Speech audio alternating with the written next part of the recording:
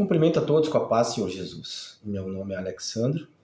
Eu venho aqui nessa gravação, nesse canal, nesse vídeo, conversar um pouco com vocês sobre um tema que é o da dependência química.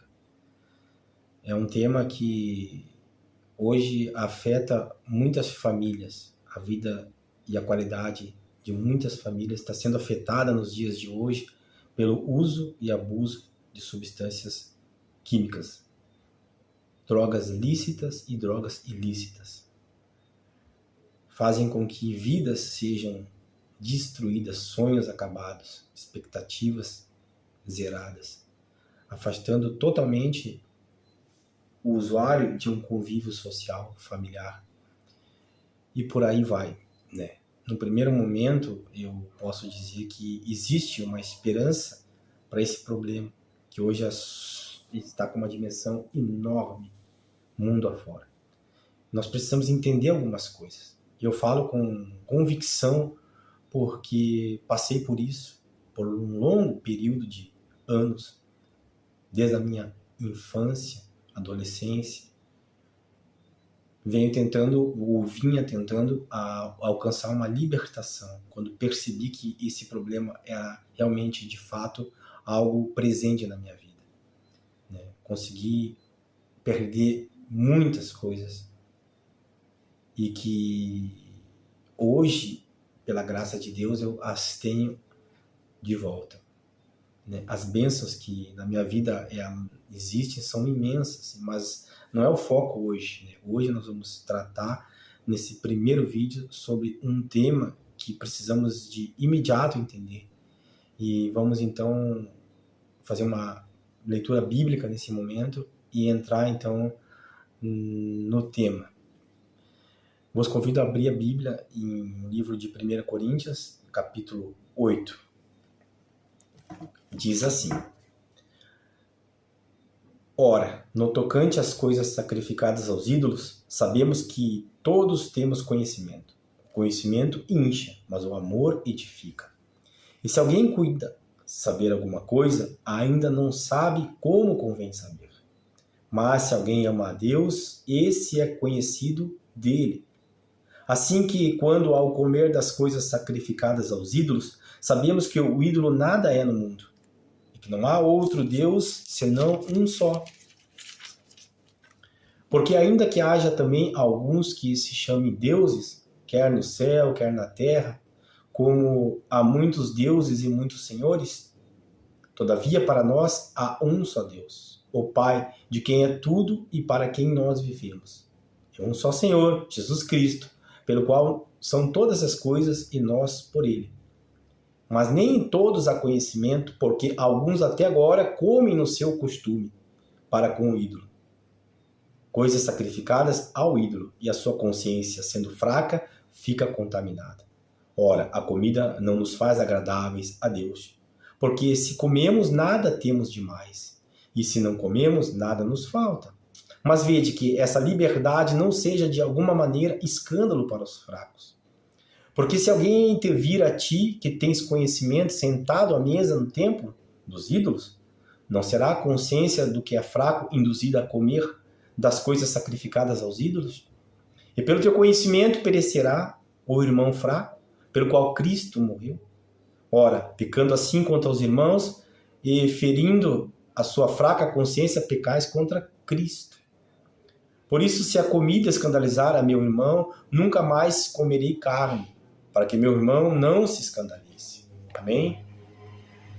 Paulo, quando escreve essa carta à igreja de Coríntios, ele tem uma profunda preocupação em manter os irmãos unidos, porque naquele tempo havia uma grande discussão nessa igreja sobre vários temas relacionados a costumes da época, Entre um deles, eles discutiam quem era, por exemplo, o melhor, se era Paulo, se era Pedro, se era o próprio Jesus, Cefas, Apolo, eles entendiam que poderia ser que alguém que pregasse ou falasse da palavra do Senhor fosse melhor um que o outro, quando na verdade nós sabemos que sobre todos está Jesus, E abaixo deles todos os demais.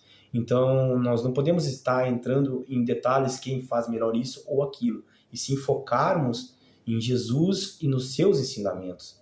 E uma das coisas que Paulo se preocupa aqui no capítulo 8 justamente é um tema que na época era muito discutido sobre os alimentos sacrificados aos ídolos.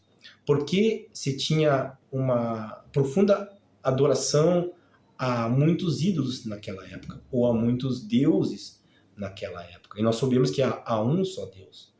Então Paulo nos deixa claro, ou deixa claro aos irmãos daquela época, que os ídolos, eles não são existentes. E, portanto, as carnes sacrificadas aos ídolos, que posteriormente eram vendidas e consumidas por alguns irmãos, não tinham um poder em si. Por quê? Porque estavam sendo oferecidos algo que não existia. Então, que poder poderia haver naquele carne ali? Ou, simbolicamente falando, nada.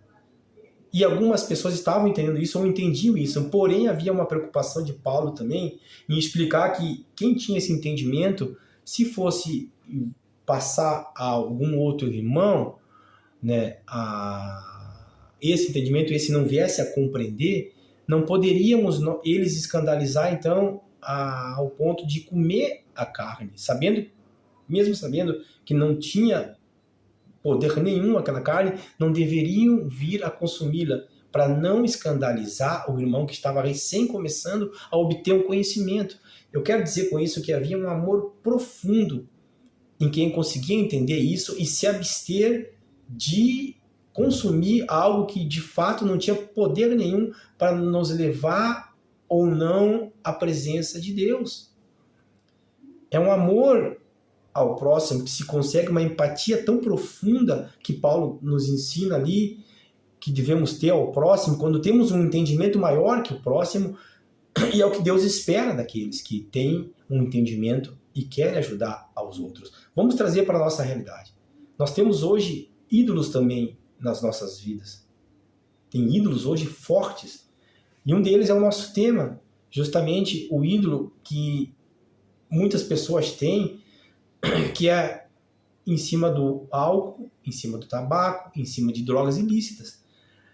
O usuário que perde o controle, e mesmo que não perde o controle, acaba transformando essas drogas em um grande ídolo na sua vida.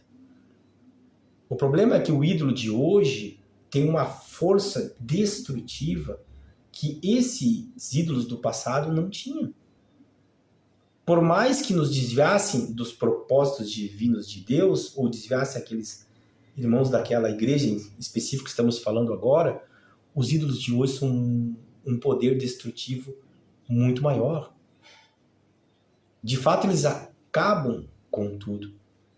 E Deus, ele não se agrada daqueles que não dependem dele. E se você não depende de Deus para viver a sua vida, se eu não dependo de Deus para viver a minha vida, automaticamente a minha vida vai estar sendo guiada por alguma outra coisa, que eu entendo como um Deus para mim. E quando eu me submeto ao uso desenfreado de drogas, tanto lícitas quanto ilícitas, eu acabo transformando essas drogas em deuses ou ídolos, e elas passam a gerenciar a minha vida. E tudo que eu faço passa a ser em torno da vontade de consumir cada vez mais, vindo a transformar a vida de todos que estão ao meu redor. Não somente a minha, mas dos meus familiares, do lugar que eu trabalho, da sociedade, dos vizinhos, da cidade que eu vivo. Parece que tudo gira em torno da minha vontade desenfreada de consumir aquilo que está, na verdade, destruindo a minha vida. E eu quero dizer aqui que para isso tudo existe uma salvação. E que também passa muito pelo entendimento daquelas pessoas que amam aquele ser que está justamente passando por aquela ou por essa tribulação causada pelo consumo de drogas. Assim como naquele tempo que se entendia que a carne não tinha o poder de afastar ou não alguém dos conhecimentos de Jesus ou da presença de Deus, mas que se essa pessoa tivesse que se abster da carne para poder alcançar outras vidas, ela sim teria que fazer, é o mesmo que hoje acontece. Por mais que alguém entenda que tomar uma bebida, uma cerveja, um vinho, um champanhe, possa não causar efeito nenhum, e realmente às vezes não causa na vida de pessoas uma destruição profunda, mas se dentro dessa família há alguém com esse problema, há alguém com essa dificuldade, nós vamos entender que certas atitudes têm que ser tomadas, certas coisas têm que serem feitas para não escandalizar aquele que está com esse problema. E tudo isso são coisas que eu aprendi ao longo dos meus tratamentos, tudo isso são coisas que eu tenho um conhecimento e que ao longo das minhas postagens nós vamos estar conversando, eu vou estar explicando, né, como devemos proceder. Porque, na verdade, soubemos que o que pode nos trazer de útil, consumimos ou não, alguma coisa que para outras pessoas é tão destrutiva. Será que não vale a pena nós nos afastarmos de certas coisas para salvarmos aqueles que amamos? Hoje o tema desse vídeo é justamente isso, né? É nós entendermos que tem coisas nas nossas vidas que não há necessidade de estarmos fazendo uso. Por mais que não nos prejudique, por mais que não nos faça mal, nós vamos olhar as notícias e quantas coisas ruins têm acontecido no mundo, quantas tragédias, quantos absurdos acontecem pelo uso do álcool, pelo uso de uma droga que em alguns países é até permitido, como é o caso da maconha. Quanta morte, assassinato, quantas vidas postas fora. Eu sei que quem olhar esse vídeo agora, nesse momento, conhece alguém que direta ou indiretamente está envolvido com isso. Pode não ser até um familiar, mas com certeza alguém no trabalho, algum vizinho. É impossível que você não passe nas ruas e veja quantos moradores estão nas ruas e às vezes não sabemos o porquê que ele está lá, mas sabemos que com certeza alguma coisa ele usa, porque senão não estaria ali. A não ser que tenha algum problema mental e algum outro tema. Então eu vos convido a pensar, a refletir, a orar, né, sobre como andam as nossas atitudes. Às vezes cobramos muito de quem está envolvido diretamente no problema e queremos até ajudar, mas não queremos fazer nada nas nossas vidas para que possamos ser exemplos para a vida daqueles que queremos atingir, né? E nós temos que ter um amor ao próximo, nós temos que ter um respeito à vida dessas pessoas que estão hoje sofrendo. Por mais que alguém possa vir a dizer que não tem nada, ou não conhece ninguém que possa estar envolvido com isso, não está livre de um dia vir a ter esse problema. Mas existe uma solução, existe um caminho, existe técnicas, existe um Deus que nos ama acima de todas as coisas e quer libertar a todos. Basta que a gente abra o nosso coração e o busque.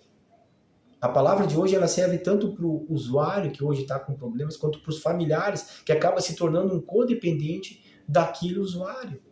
Você não precisa viver mais essa vida de dor, de tristeza, ao ponto de ser uma pessoa depressiva, angustiada, consumindo remédios desenfreadamente para tentar manter um equilíbrio emocional. Há um Deus que te ama. Há uma palavra que pode ser lida. Há uns ensinamentos de Jesus que podem ser lidos, observados e postos em prática, vão surtir um grande resultado. A minha vida se transformou de uma maneira que eu não tenho como explicar agora em palavras, porque levaria muito tempo para falar sobre isso. Mas o que eu posso dizer é que o desejo no meu coração é de passar isso a outras pessoas, de dizer a outras pessoas que também podem tomar o mesmo rumo na vida. Não é de um dia para a noite que as coisas vão acontecer. As coisas vão acontecer em um processo.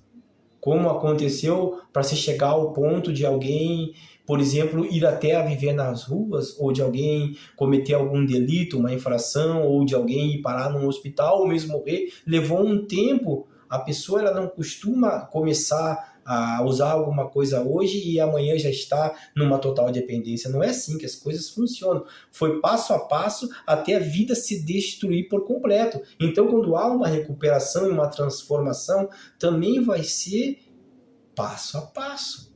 Temos que ter paciência. As coisas todas têm um tempo e esse tempo muito é pré-determinado por Deus. Nós precisamos ter o começo, se posicionar e dizer: não, eu não aceito mais isso na minha vida. Tanto se eu estou como na posição de usuário, quanto se eu estou na posição de um familiar, de um marido, uma esposa, um filho, que quer salvar aquela pessoa do caminho que ela está tomando. Não, não aceite mais isso. Começamos então, eu vos convido a caminharmos juntos, né? Vamos postar diversos vídeos sobre o tema, vamos estar conversando detalhadamente sobre o assunto. E eu garanto que, em primeiro lugar, né, isso me causa um bem muito grande, uma satisfação muito grande. Porque o que adianta nós conseguirmos algo, obtermos um sucesso tão grande, uma conquista tão grande que muitos almejam, que vale mais do que qualquer bem material, que é ter paz na vida, se isso não for estendido aos demais, né? Temos que compartilhar, temos que expandir. Há um caminho, há uma solução. Não permaneça no desespero que possivelmente possas estar, não permaneça na tristeza que possivelmente possas estar. Se entregue, de fato, àquele que pode te salvar, que é Jesus, acima de todas as coisas. Nós somos meros instrumentos nas mãos do Senhor e eu espero que Ele possa me usar para te alcançar. E assim eu te convido a acompanhar as próximas postagens. Em nome de Jesus, né, eu encerro esse primeiro vídeo, né, com muita alegria no coração de poder estar realizando o mesmo. Que Deus abençoe.